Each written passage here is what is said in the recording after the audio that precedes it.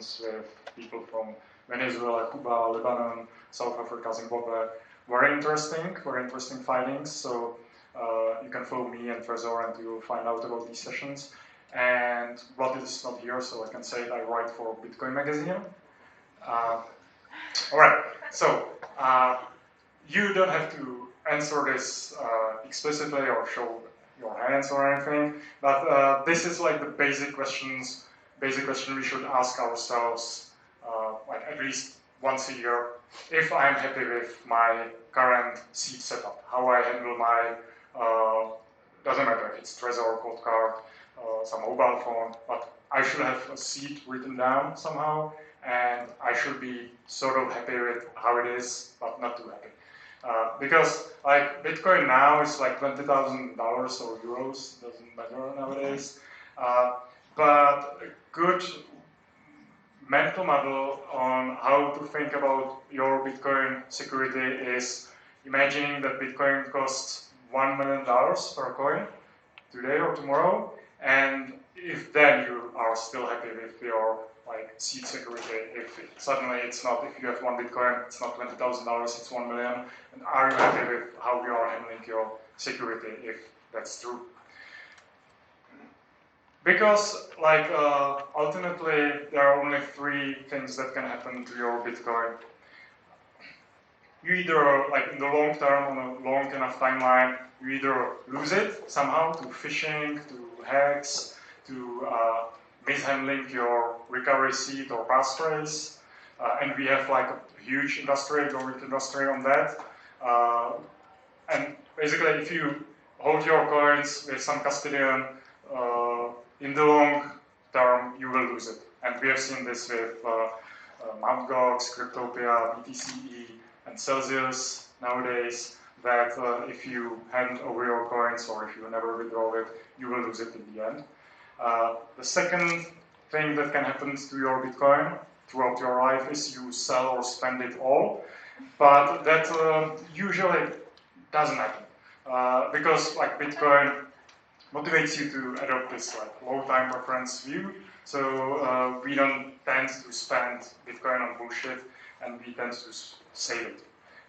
So what should happen for most Bitcoiners if they handle their own coins, if they self-custody, and if they don't sell or spend it all, is you should think about inheritance and preserving your Bitcoin for future generations, for your kids, and or maybe not your kids, maybe some other members of your family. And this is what Shamir backup, I believe, is a perfect tool for, combined with stuff like inheritance guides, which I'm going to cover in a few minutes. Regarding the first point, losing your Bitcoin, we have quite good data on that. So breaking down how users can lose their Bitcoin if they are managing their own seed. I'm not considering like losing it at Celsius now, but if you have your Trezor set up, you have your recovery seed set up.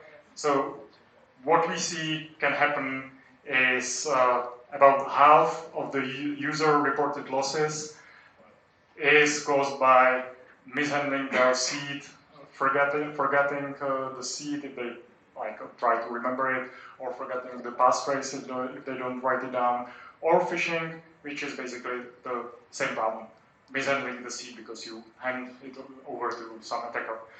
And the other causes are usually sending your coins to wrong addresses and stuff like that. And this comes from real data from our support desk for the past 12 months.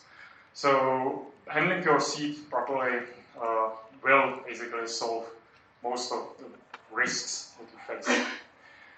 And breaking this down even more, how do people actually lose Bitcoin through mishandling their seed? Usually one of these things happens. You rely on a single seed, you write down 12 or 24 words, you have like a piece of paper that you place somewhere in your home, and somehow you lose it. You forget about it, you throw it out, or somebody else throws it out, or your hamster eats it. This sometimes does happen.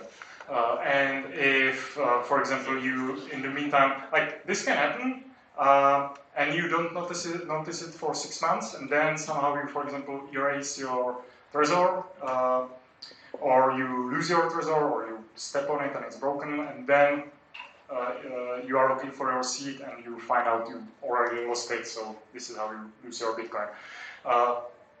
The other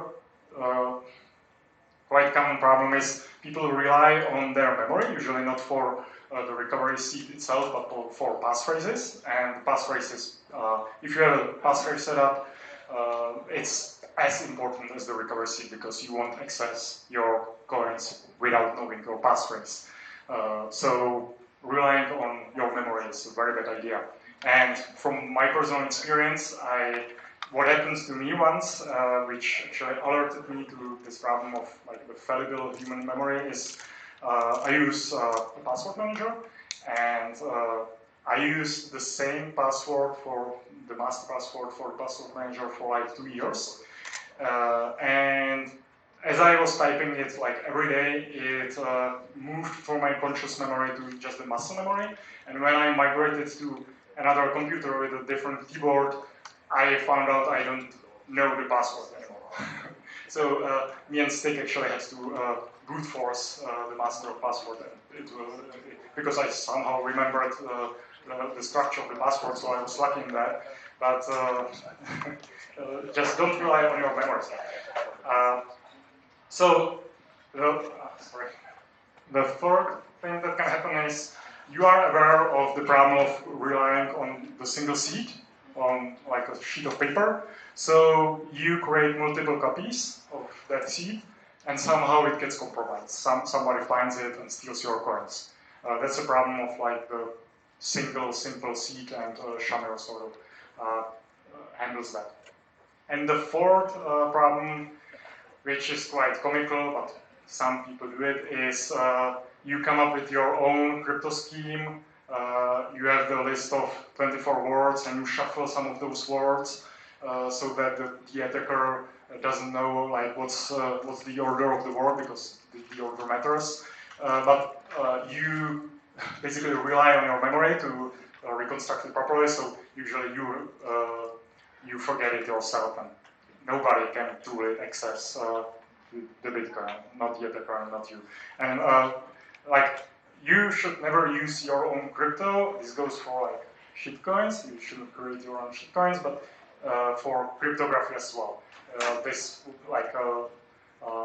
motto, like don't create your own crypto, is quite old. It's like from 80s or 90s, even precedes Bitcoin. So we have like proper cryptographic tools like Shamir backup, so that basically do what you want to do here. If you try to like do some crazy stuff with your seed, so use the tools and don't make your own cryptographic schemes. So this is where Shamir backup comes in. I'm curious who never heard about Shamir backup.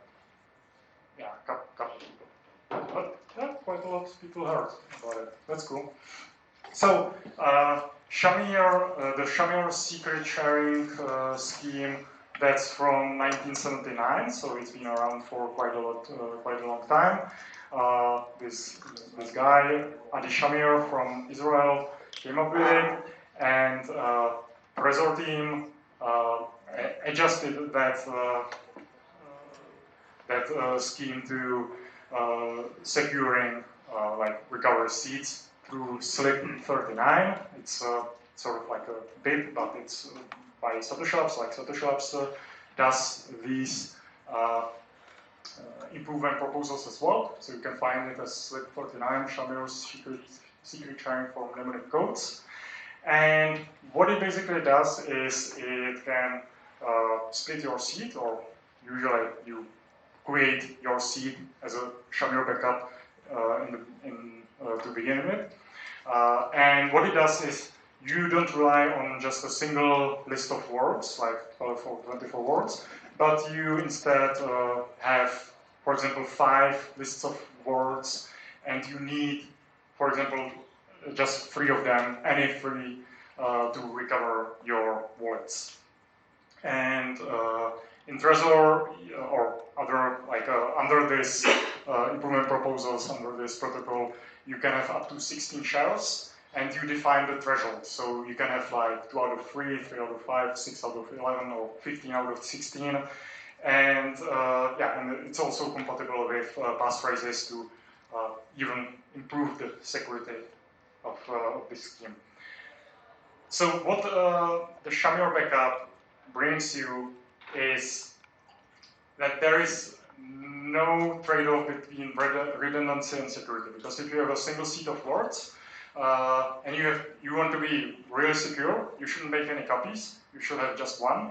But then the problem is if your house burns down, you won't have the recovery seed anymore. So there is no redundancy. If you make multiple copies, you lower the security nature of such setup. And Shamir handles both. You can have multiple shares, and the shares themselves individually don't leak any secret of the recovery seed. If the attacker finds like a single share out of like 3 out of 5 setup, the single share doesn't tell the attacker anything about the setup. You won't know the threshold, you won't know the total amount of shares, you won't know how many coins are secured like that. It's useless for them. And you won't actually lose the access to your recovery seed, because if you have 3 out of 5 and you lose 1, there's this redundancy quality. You can still use the other 3 shares. Of course, the shares should be geographically distributed in different locations, otherwise it doesn't make any sense. Right? Yeah, so about the inheritance plan, why is Shamir a good choice for that, good tool? The inheritance problem is basically the same as like safekeeping the coins when you are still alive. It has to be accessible, recoverable, and you are still handling for the problems of security and redundancy.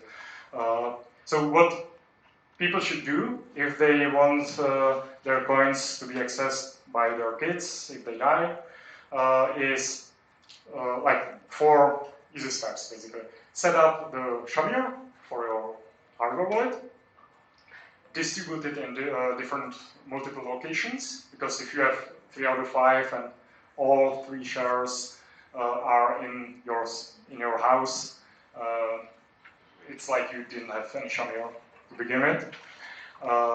You should write down the inheritance guide. This is quite important, what most people overlook and rely on their memory, or the memory of their like wives and children, and everybody forgets this stuff. And actually this book from Pamela Morgan, Crypto Asset Inheritance Planning, from 2018, quite old, but the principles stay the same. And like, she has very good tips on how you should approach the inheritance guide. You should, for example, explain like what Shamir is, what's the threshold, what's your setup, but you should also explain, do not write the individual shares into like a website, or do not ask strangers on the internet for helping you out. You maybe could even explain like what Trezor is, what Bitcoin is, because you don't actually control who will read the inheritance guide.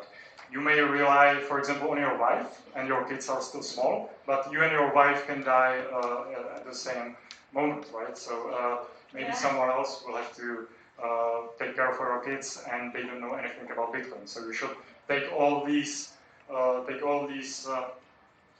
circumstances into account, and do check out this book and Pamela Morgan's work. It's amazing, and somebody should like write more books about that. Yeah, and you should definitely think about what you did, like with the inheritance guide, with your setup. You should check if it hasn't been compromised, both the recovery seeds and the inheritance guide, and you should update mainly the inheritance guide if something changes here, if you change the setup. So maybe once a year, 1st of January, or maybe the 2nd of January when you sobered up, you should just set up a date and check that everything still works. And yeah, then hopefully you will live long and prosper. these are some of the scenarios I came up with that you should account for and think about. It's not maybe pleasant for us to think about death and what could happen to us, but if we have families or someone that we want to get our Bitcoin, we should keep this in mind. So, if my house burns down, will I still access my stash? A lot of people have their hardware wallet and their recovery seed in the same place, and if your house burns down, or like an airplane falls on it, you can lose everything. Like, it doesn't matter if your house burns down, the Bitcoin should be preserved, right? So this is what Shamir is good for, because you use multiple locations and you have this quality of redundancy. If you have to flee your country before any planning for that, it's not so far-fetched because we have seen that happening a couple of months ago in Ukraine, and there were Bitcoiners that actually fled the country on very quick notice.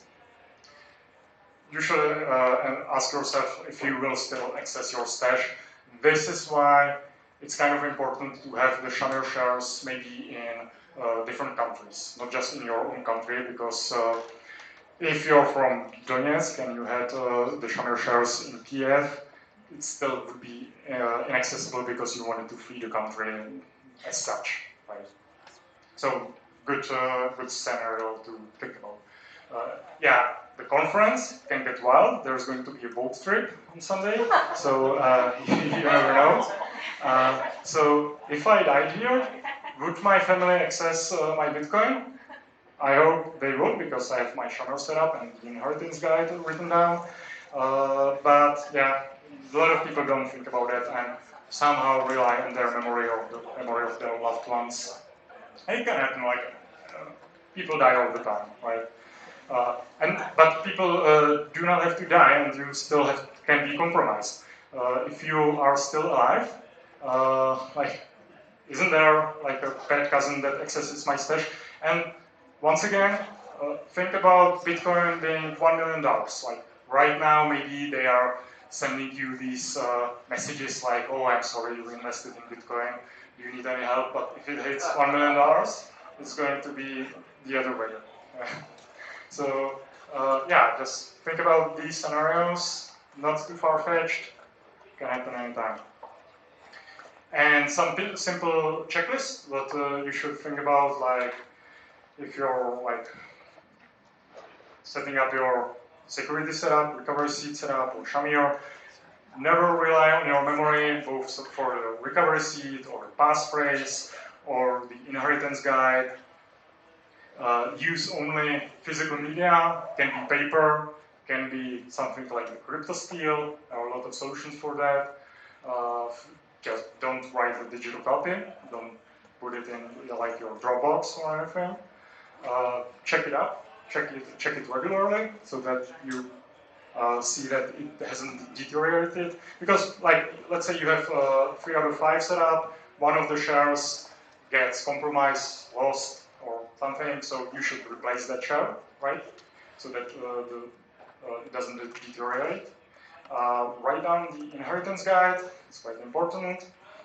And maybe one tip about that, do not put it in your last will, because last wills depends on the country, but they can become the public documents. So then anybody could actually look into how you set up your recovery seed and stuff. Good place for that is maybe your home safe, or if you go for home safe, yeah, it's home safe. If you go for how is it called, safe deposit box, there are non-banking providers of safe deposit boxes, at least in Czech Republic there are. And it's important to go for non-banking safe deposit boxes providers, because they are not obligated to make it accessible to the voice. Yeah. At least on a lower level than the banking system. And yeah, don't make your own crypto. Yeah, one important slide is you don't have to set up a Shamir and passphrase and decoy wallets with passphrases and stuff. If you are securing like $100 worth of Bitcoin, of course, there are layers to seed security. A lot of people begin here where they have basically no security because they use custodial services. This is fine for like wallet of Satoshi stuff. If you have like spare change, $10, doesn't matter that much. Then you level up to single seed. Then you should use the passphrase because otherwise the single seed is can be misused. Then you level up to Shamir backup, and you include the passphrases in there. You can set up decoy wallets and such. And like, of course, this is time-consuming. It can take some financial costs as well. So the more you have to lose, the more you should invest in the security. And yeah, Shamir isn't just a Trezor thing. The Satoshi Labs standardized the protocol for setting up Shamir backups. So you can set it up in Trezor Model T, but it's also supported by other wallets like Unchained Capital, Hermit wallet. This is a multi-sig wallet, Electrum, Bull wallet, Keystone, that's another hardware wallet, and Airgap. And I hope this standard will be adopted more by the industry. Yeah, so thank you. This is it from my side. There's probably not going to be any QA right now, maybe later. You can follow me on Twitter. You can drop me any message on this email. Thank you.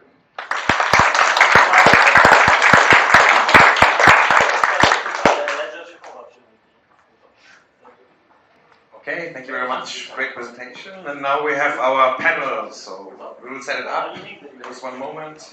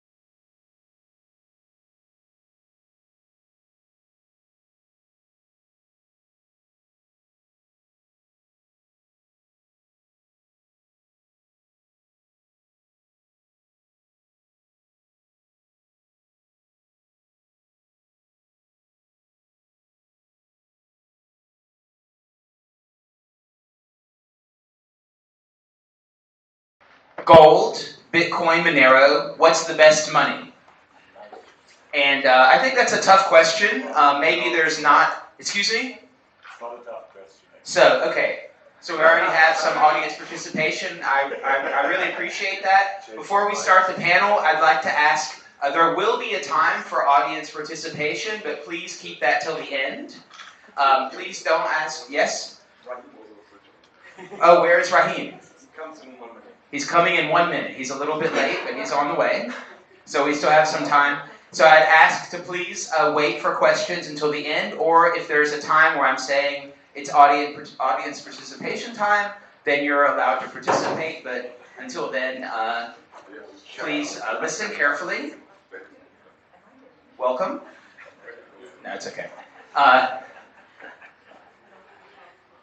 Okay, great. I'm just to start, we're gonna have one short, boring part at the beginning where everybody tells us, what their name and what company they're from or what project they represent today. I'm Theo Goodman, and I represent Theo Goodman today. I'm Joshua Scigala. I started Voltoro.com in 2015, trade Bitcoin and physical gold, and building the standard, which is the stablecoin project.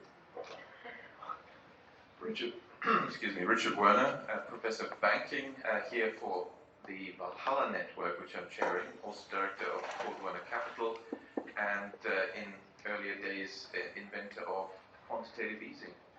Oh, wow.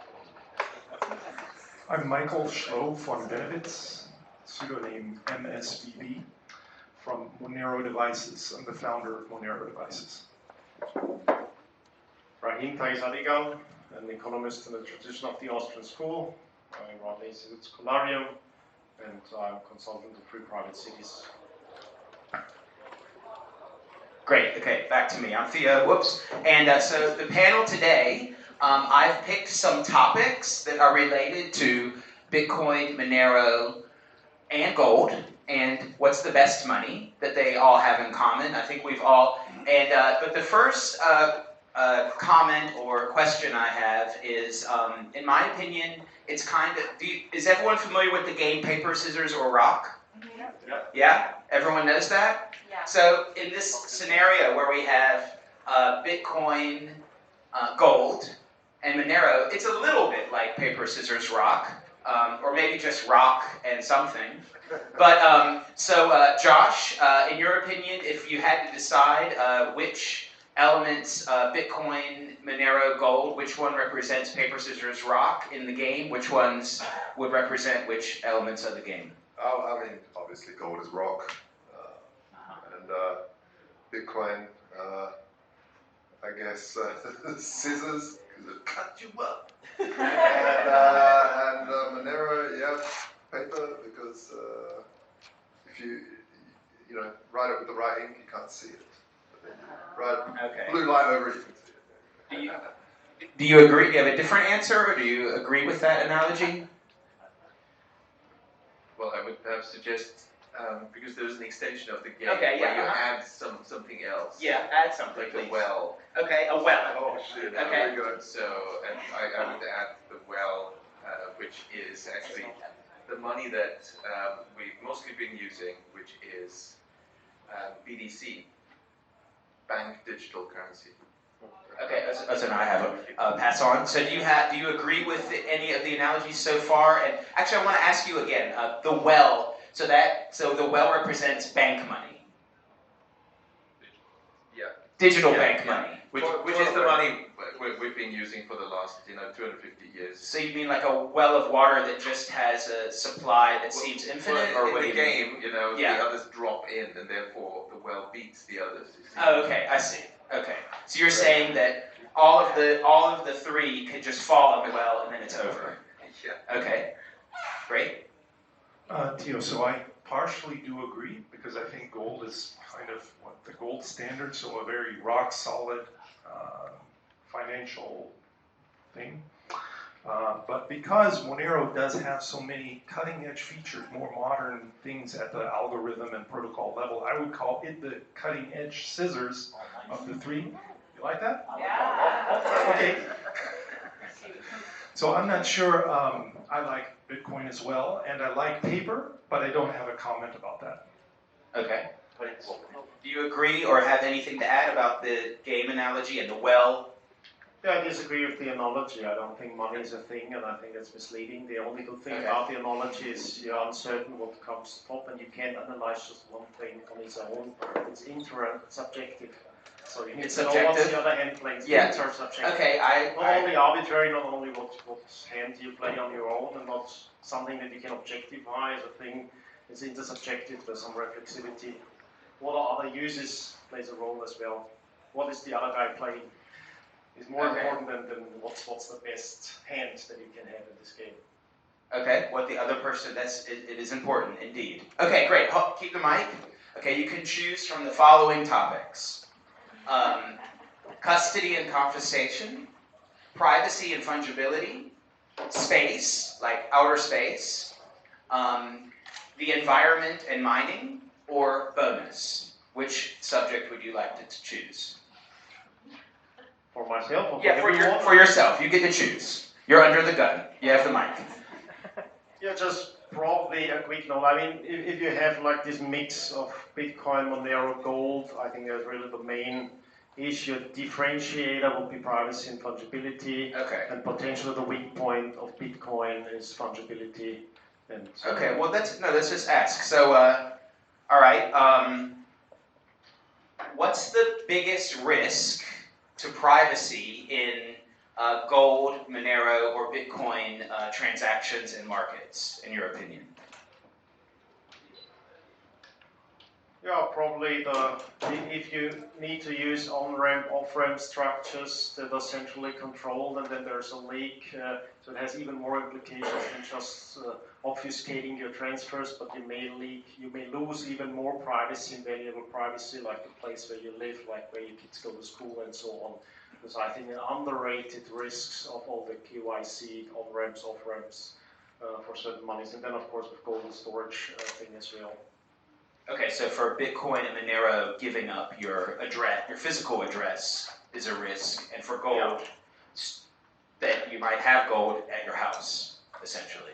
Or you store it, and then of course it's the custodial risk. Usually for large amounts you have a storage facility where usually there is a kind of KYC or KYC-like procedure revealing some of the personal data.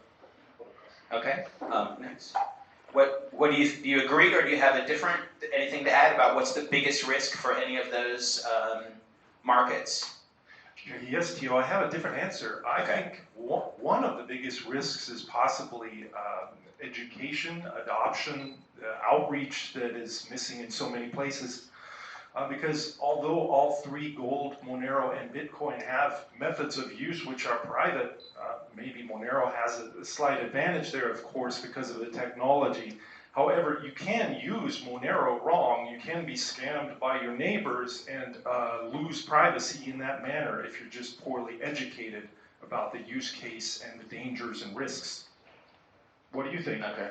What do I think? I'm just the host. I'm just the moderator. I'm just here to facilitate you guys having a platform. Okay? Mr. Well? Please put the mic like a rapper. Like, yeah. Well, I mean, what we saw was, I'd agree the risk is there. We saw that in Ottawa, and obviously these were, perhaps to a large extent, not Bitcoin experts as much as the people here, but still, when you look at the police report, it was like 350 instances of essentially Bitcoin was blocked and was confiscated. Okay, you're talking about the protest, people donating to the exactly. People don't know there was the truck protest and people donated and the truckers didn't get the money, essentially. And for somehow the police managed to get their hands on this money, or the public prosecutor. So these risks are there. Gold has the advantage that it is simple, it is physical, and there are ways of hiding it, and also of ensuring that your identity is not linked to it, and there's, you acquired it without having given your name and all that. And so that is an advantage of gold, I would say. Okay, so you gave a concrete example of a risk of using Bitcoin. I think was mostly used in the case of Canada. I didn't really hear of a lot of Monero being used, and of gold, you could not link gold to your name. It's possible to transact. Josh, do you have anything to add? Biggest privacy risks of Bitcoin, Monero, and Bitcoin markets and trading? Privacy risks. Bitcoin's obvious. You use it too many times and you start to get exposed. Lightning's helping that. Monero is obviously built purely for that, but and I haven't looked at the latest advancements, but I feel like transaction after volume does hurt cost. Gold isn't really there for transactions as much at the moment. Never really has been. It's been about storing it. Plus, it's quite private, isn't it? People have to find out where you store gold. If you store it at a vaulting facility, and that's kind of hard. because to be a good voting facility, you don't want to go around telling people who your clients are and stuff either. And you know, there's a long history of gold bugs being very privacy obsessed, so they hunt out really solid voting facilities in jurisdictions that hold privacy at sanctum. No, you can keep. You get to start next. Okay, so privacy is a big risk in all of them, but there are just different aspects of it, and yeah, probably depending on you and what you think is more important, it could have one of them could be more suitable for you. I mean, it really just depends on what kind of risks you want to take or what person. I don't know if there's one that's necessarily better. I'm sure everyone has a different opinion of what's better, but they definitely are different. Okay, you get to choose now a topic. Custody, confiscation, outer space, environmental impact of mining, whether that be gold or cryptocurrency, or bonus. Well, I'd go for custody. Okay. And confiscation. Let's see Were what they linked, or are they meant to be separate? Or? No, it's kind of combined. I combined mine myself. Okay. Yeah. So okay. So yeah. Again, what do you think are the biggest risks for gold, Monero, Bitcoin, self-custody versus having someone else take custody for it? So what are the biggest risks and advantages and disadvantages of each one? Because there are definitely like different risk profiles, different things to think about for each one. And which one do you think, if you have one that you prefer, you think, this is the best way, this is the winner of that contest, then tell us. Well, I would say diversification is the solution, really, because each each means has some pros and cons. Mm-hmm. We don't really know. Well, we can perhaps sort of guess what authorities they want to clamp down and get your money might be doing, but in detail, the application can be unexpected. So diversification, I think, is important. That includes diversification across, as you mentioned, well, the different service providers and so on, but also domiciles, jurisdictions, countries. I think that's very important. And then yes, have the option like with basic gold. That's always the joker, because physical gold is actually surprisingly small. Fairly large amounts, and there are ways of hiding it in a clever way that people may not find it. For example? Exactly. Please keep the questions at the end. But allegedly, there's really good ways to hide it. Exactly. Let's say. There's good ways to lose it too if you hide it too well. Well, that's why diversification is important. So don't put it all in one basket. But if you have a bit of a spread, then it should be fairly robust, I would say. Okay, next. I mean, that problem is also in Bitcoin and every other crypto. It's like if you're too secure, you could be too secure for yourself. Has anyone ever hid something really valuable so well that you have trouble finding it and you really freak out? Raise your hand. It's okay. See a lot of this. Okay. Next. Yeah, well, I'd like to refer to Josef's excellent presentation that just came before this one about Shamir backups and inheritance planning, because that kind of goes along this topic of custody, who has custody over what, who has partial custody over your Shamir keys, for example. And he made some good examples about how so many, not all, but so many custody groups have lost the belongings of their the people who trust them. So I'm not a big fan of how do you call it? What's the opposite of self-custody? It's custodian. Custodial solution? Custodial solution. Yes, you could say. Exactly. Yeah. Provided by others, non-trusted parties, or parties that Third party parties custodian. Yeah. which wish to be trusted.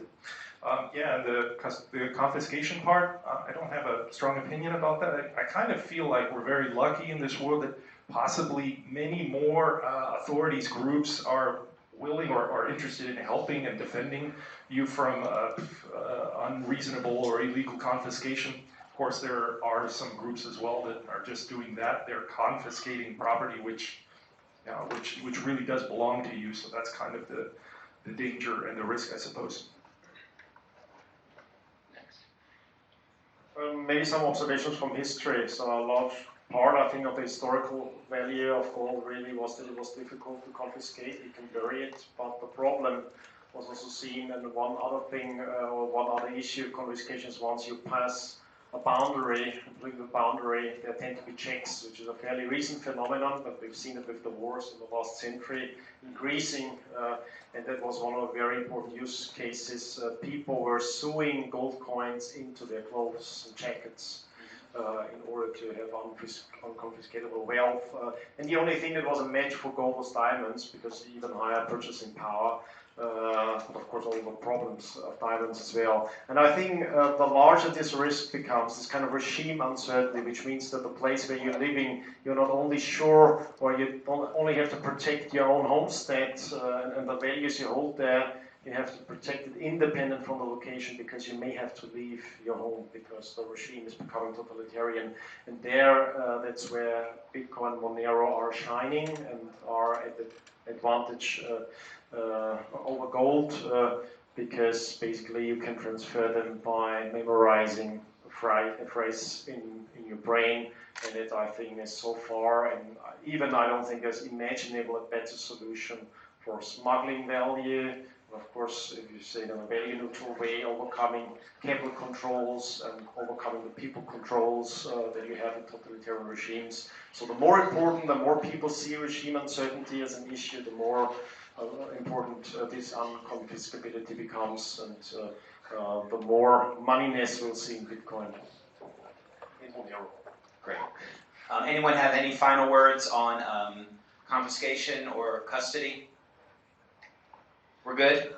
Okay, good. Okay, next choice. Okay, we've done custody, confiscation, privacy, outer space, or environment. Oh, I'll take Or bonus. Or bonus. Environment? Okay, great. Okay, great. Environment. Okay, so tell us what's worse. Monero botnets mining in household devices. Miners in parts of the world using dirty energy because they're able to buy it from corrupt governments, and they're able to just like pollute as much as they want and just use free electricity, or strip mining of gold and like destroying soil that you cannot reproduce. Which one's best? What's the best solution?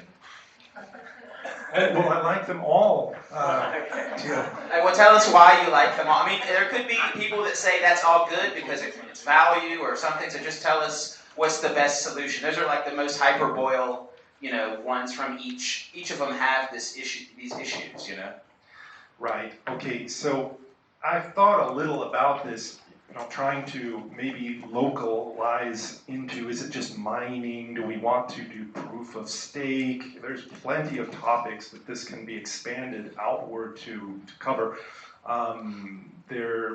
We can include, in fact, paper money schemes and all of the steel-clad trucks that are required to transport paper money, and well, gold is part of that as well. And so I will punt on the answer to your question because I've forgotten your question. Just what's worse?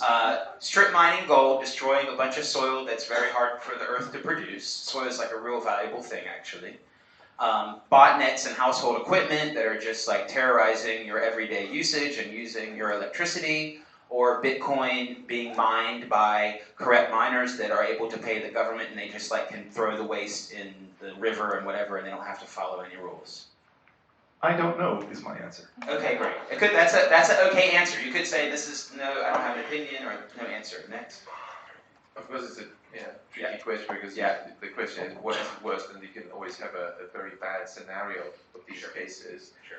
But for example, gold mining doesn't need to be that destructive.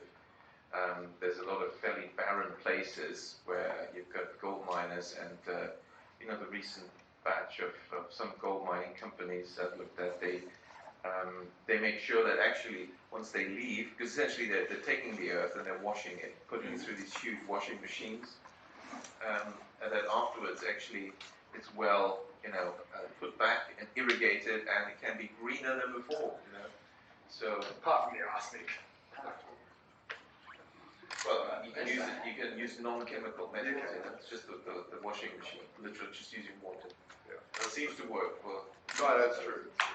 But of course, you have bad guys as well. So But I would say that I would probably discount the gold one because that seems manageable, so it shouldn't be the biggest worry, I would say. Okay, Josh? Gold is the worst, right?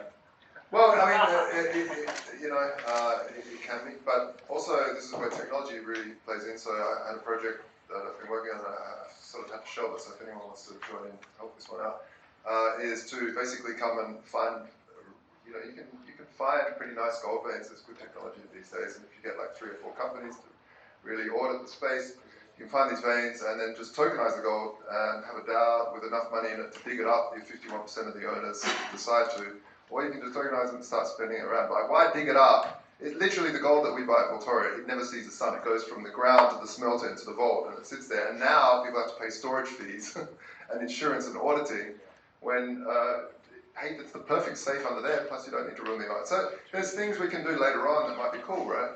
But Bitcoin mining, look, all the PlayStations of the world on standby use up more energy apparently. There's also, if you get a despotic state, they usually shut you down pretty quickly if they see you mining. So generally you head towards cleaner energy to mine Bitcoin and any sort of proof of work. I don't see that big of an issue. I mean, I know it's a big talking topic, but yeah, hey, we're sitting on a big ball of molten lava, so we can find the energy. Thank you. Yeah, I think I'll rank it. Gold mining only increases supply. Bitcoin and Monero mining also secures the network. And then I'd say Bitcoin network is a higher value. So I think it's a legitimate reason to have a higher cost expenditure and energy. Okay, yeah, that is an interesting thing. Yeah, so Bitcoin mining only, the supply goes down. With gold mining, supply only goes up. Okay, I'm going to link that into the outer space question, topic that nobody asked. It sounds kind of crazy, but it's not that far-fetched. So, gold price goes up, right? And given the current, economic situation, everyone here probably realizes, wow, inflation's a thing, but now everyone is accepting that it's a thing. Now it's no longer a conspiracy theory or some strange idea. And so the price of gold will probably go up. Probably Bitcoin and everything will go up at some point, right? And so it could be economically viable to go to some asteroid and mine gold. There's definitely businesses looking at that. And the other thing that sounds crazy, so what's going to happen if that happens? Well, the people working on the asteroids, if they're people, there are going to be some people, right, that have to, well, they might want Bitcoin. So you might have to have Bitcoin mining in outer space because the latency is too low to have the only Earth miners. So you're going to have Bitcoin mining. So what's going to happen could be is that gold mining on asteroids fuels Bitcoin and Monero mining in outer space. What's going to happen first? Bitcoin mining in outer space, Monero mining in outer space, or gold mining in outer space, or none of it? What do you think? Bitcoin mining in outer space. Okay, why? Well, just going to energy sources, and so this is the least or most certain venture, I'd say. Mm-hmm. Why is gold mining a less certain venture, a more risky venture? I mean, all these three forms depend on increased marginal costs of production. And even with a gold asteroid full of gold, it's not obvious that you'll have decreased marginal costs of production, but that's the risk for it, that you're anticipating a falling cost of production because there's so much gold on this asteroid compared to the stock available on the planet. Then of course it will be reflected in the price and will make the company much less profitable. So the risk of failure is, I'd say, higher than just tapping into energy that's more easily available or useful, probably as an add-on to some space exploration and so on. Okay, that's really interesting. Okay, what do you think? Monero's first? Monero is first. Theo, I have some news. You're talking about this in a hypothetical sense. Yeah. What if we have cryptocurrency planned for outer space? Well, okay, maybe not outer space, but we have a member at Monero. His name is HYC, his nickname, or Howard Chu. He's been working on the problem to get Monero transactions to transact between Earth and Mars for quite a while, several years. is the last time I heard him talk about it, I think 3 or 4 years ago.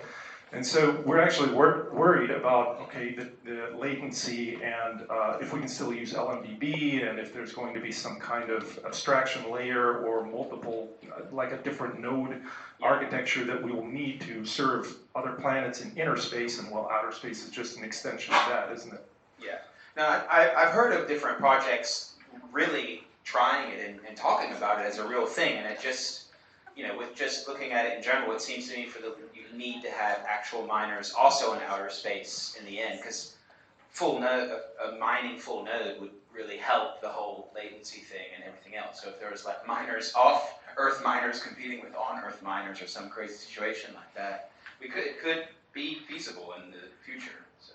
Yeah. Now we just need alpaca farmers up in Mars to sell us alpaca socks.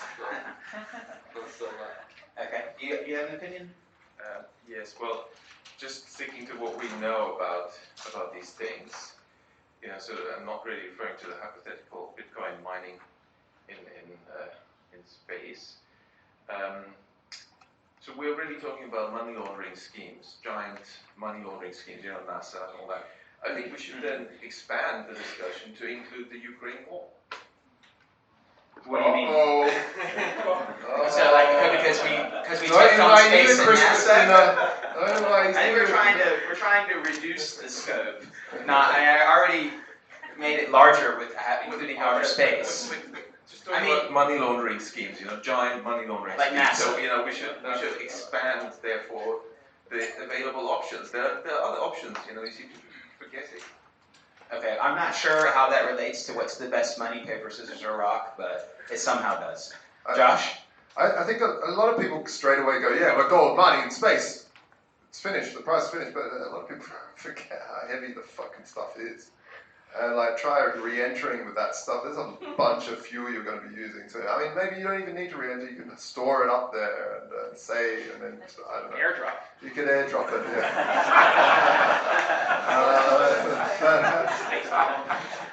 But so I've always found that as a kind of an issue. I mean, obviously you don't need it on Earth, but gold has a lot of its value as well because it's beautiful, it's shapeable, it doesn't rust, and that's all that stuff, right? So yeah, and they're all sort of Earth problems, you know. These are all chains and stuff like that. But yeah, I don't know. Mining in space, I guess, yeah. If you could use solar power and you know, you definitely got some cooling up there, but it's quite hot too. I guess if you're in the shadow. It's hot. It's hot. Okay, we've spoken a lot. Now I'm going to open it up to the audience. If you would like to ask a question, please raise your hand and wait to be called on. Anyone have a question for the panel? What's the best money, or a comment that you would like to say, or you are like, yeah, Monero is the best. This is why I'm going to tell you why. Now's your chance. Yes, sir. With the recent kind of blow up of Luna and these institutions, do you think that the kind of future space is a highly regulated? Because it's interesting, Theo, that you put confiscation and what was that one? Custody. Yeah, Custody and confiscation. Separately, but obviously in a hosted ecosystem, which is I think where we're going. Hosted wallets, hosted that. Do you not think that it's really we're just heading back into the same system? So what was the question? If we're going to see more heightened regulation because Luna got wrecked and wrecked a lot of people? Yeah. Okay. And Luna's a space term? Oh yeah, Luna's a space term. I guess we're going to see more regulation. Does anyone think we're going to see less scrutiny and regulation because things have Luna happen? I mean, it seems obvious. There's going to be even more because more people lost money and they got basically scammed into believing something is stable. Yeah, so the whole point is then the state chucks on their superhero costume and says, I'll save you in all its vigor, and then basically they corner the market and scam you instead. Yeah, so just remotely related to that, someone retweeted a tweet I made in 2018. Draghi made this like little video, and it's called #AskDraghi. And a student asked him, "What do you think about Bitcoin?" And he said, "Oh, Bitcoin, the value is not stable, and you don't know and nobody is backing it up, and that's why you should buy euro. Meantime, €1 equals $1 US. But he even says in the video, €1 is always worth €1, which is like the Bitcoin argument of 1 Bitcoin is 1 Bitcoin. So, but he's not going to get in trouble. So just in the past months, I don't know, like 10 or 20% of European wealth got destroyed, basically. But he's not going to be in trouble. But the Luna guy is going to get in trouble.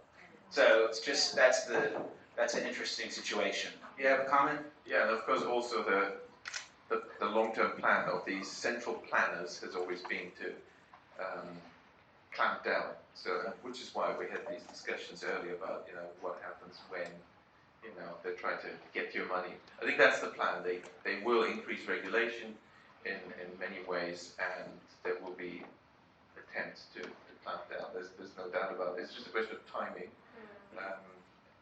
But yeah, the direction is clear. Right. Anyone else have a question or comment? You can also ask, okay, yes, go. Do you guys think that a combination of this free asset is the best money? Sorry. The combination, not just singles gold, not just single Bitcoin, like a protocol who connects them on a really smart way, and that becomes the best money. Yeah, that's what we're trying. Do you work for Josh's company? Yeah. I think it's got my chill here. Isn't that basically what you're working on? Yeah, that's right. I mean, it's by locking up assets like Bitcoin and Ethereum and tokenized gold into smart, just to make basically the concept like MakerDAO forged and also money on chains also did a great job. We're working on something similar. For that, because I do believe all three make the perfect money if you can then bring out something that people are used to using, plus the inflation pays off your debt to yourself, and it's over collateralized, so it's kind of like a new gold standard, except it's a new rare asset standard. So you can also programmatically see that there's always more assets backing, locked up in contracts that only the users control compared to the value floating around. So I think that's the perfect money. It's combining these rare numbers and rare metals into the smart contract ecosystem. When you mentioned the over-collateralization, I had to think of the alternative, which is bank digital currency. And when you have a system consisting of many small community banks lending to small firms, that is actually massively over-collateralized, and is one of the threats. So it does also exist in other fields. You want to talk? No. Okay. I want to give it to you. Okay. I very much doubt that it will be a direct combination. I think it'll have the same difficulties that bimetallism had, so trying to link different assets. So the more likely combination is part of the diversified portfolio, because there's still uncertainty about the increasing moneyness of those things. Okay, great. Yes, sir. Yes. Hello, everybody. I have a question regarding potential prohibitions in both asset classes. So everybody has observed governments are becoming more authoritarian, and indebtedness is climbing worldwide. So when governments are becoming even more despaired, what's actually more likely? What's going to happen earlier? A renewed gold prohibition regarding possession and use, or an attempt to prohibit the use and possession of Bitcoin? And in both cases, which damage with regard to price, initial damage, would be larger? Good question. So, what price, if there was a prohibition of gold, what the price impact would be versus the price impact if it's a prohibition in Lightning or Bitcoin and so on. Who wants to answer? Anyone have an opinion? So I think it's very speculative, of course, and I won't say if I believe that the price would go down or up, but I do have a story about several years ago. A person I know very well was purchasing gold from banks, and there was very little control. There was no way to prohibit it, because you would walk in the bank, ask for a certain type of gold, coins, for example, if you want just a few, whatever, units. And this person told me soon soon after, sometime after he had discovered, or she, that she wasn't able to walk in the bank and purchase the gold anymore. She needed to register, and so there was a KYC built into the process. And this is in Europe, and this was only about 15 years ago, I believe. So what your concern, I think, is very valid. And it's just dollar cost averaging. And also just to add to that, of course, on top of that, we've, as some of you know, in a number of European countries, there's now limits on the amount of gold you can buy anywhere, not just in banks, anonymously. And that was lowered just recently. First it was 10,000 euros, and now it was lowered to 2,000 euros. But they will lower it further. So I think, to answer your question, in my opinion, they will clamp down on gold first, because Bitcoin, I think, is partly encouraged by the system as an outlet, so that they can maintain this very artificially priced gold market, which doesn't seem to reflect inflation or anything happening in the world. Commodities up 500%, doesn't matter, gold is down. So they want to keep that up, and therefore rather clamp down more on gold. We have seen a series of these interventions already. Bitcoin is like to be allowed to run in order to gain a bigger market share, because that's, I think, to some extent desired by these central planners. But then watch out, because when they come after Bitcoin, you've got to be ready. Yeah, I just wanted to back up what you're saying with the separation at Voltoro. We allow people to trade on an order book between physical gold and silver and Bitcoin. And at the start of the pandemic, when the lockdown started happening in Switzerland, a lot of the smelters were shutting down, so Italians couldn't cross the border and work and stuff. So it was almost impossible to get physical silver, yet the demand was going crazy. It was like, I mean, we've got really deep connections in the industry, so we managed to get it, but it was a lot of work. Yet the prices were lower and lower on the paper markets. The spot price was just staying still. Yet we were like, it was very expensive at that stage, and all the clients were, here's the price. No, it's not the price. And I mean, you see that in the stocks as well. Every aeroplane's grounded, yet all the airplane stocks are cruising up. An outright prohibition would lead to decoupling of the market, where you have black market rates which may increase, so the price can go up, actually. But that's the least likely thing. We already have prohibitions, and interestingly, it was first gold. So there are prohibitions. They are not outright ownership prohibitions. They're capital controls, sophisticated capital controls, which are mainly achieved through KYC limits. So there has been a clampdown on gold. There has been a clampdown on cash. And it's quite impressive how far these prohibitions have gone. It's surprising that they went for cash and gold first and not Bitcoin, and it's a bit reassuring as well, because indeed it's like a wolf, I'd say. So I think they'll shy away from outright prohibitions. I think they try to increase the pressure in terms of capital control, but that only increases, that may increase the price. So if the European Union really increases capital controls and try to even close down this wolf of Bitcoin, it will only mean that the euro would fall even further in terms of Bitcoin, or the price of Bitcoin, because it means a loss of trust, and you trigger more and more of the population already distrust the politicians to get away with their wealth. So I don't think it's feasible. I think that makes me optimistic in this regard, that the state will fail in controlling a totalitarian way those assets, any of those three assets. And bringing down the price this way, destroying them potentially as an asset, which was another part of your question, how much will they go down? So I'd rather expect them to go up, because more people see the value and the risk of regime uncertainty. Great. Any more questions from the audience? Anyone? Now's your chance. Any questions? If there aren't any questions, I'd like everyone to say like a final word about gold, Bitcoin, Monero, and you're allowed to shill yourself. You can say like, visit me at my website, or like, I'm doing an ICO, 20x easy. So anything else? Now's your chance to say something. Tell us where we can get in touch with you.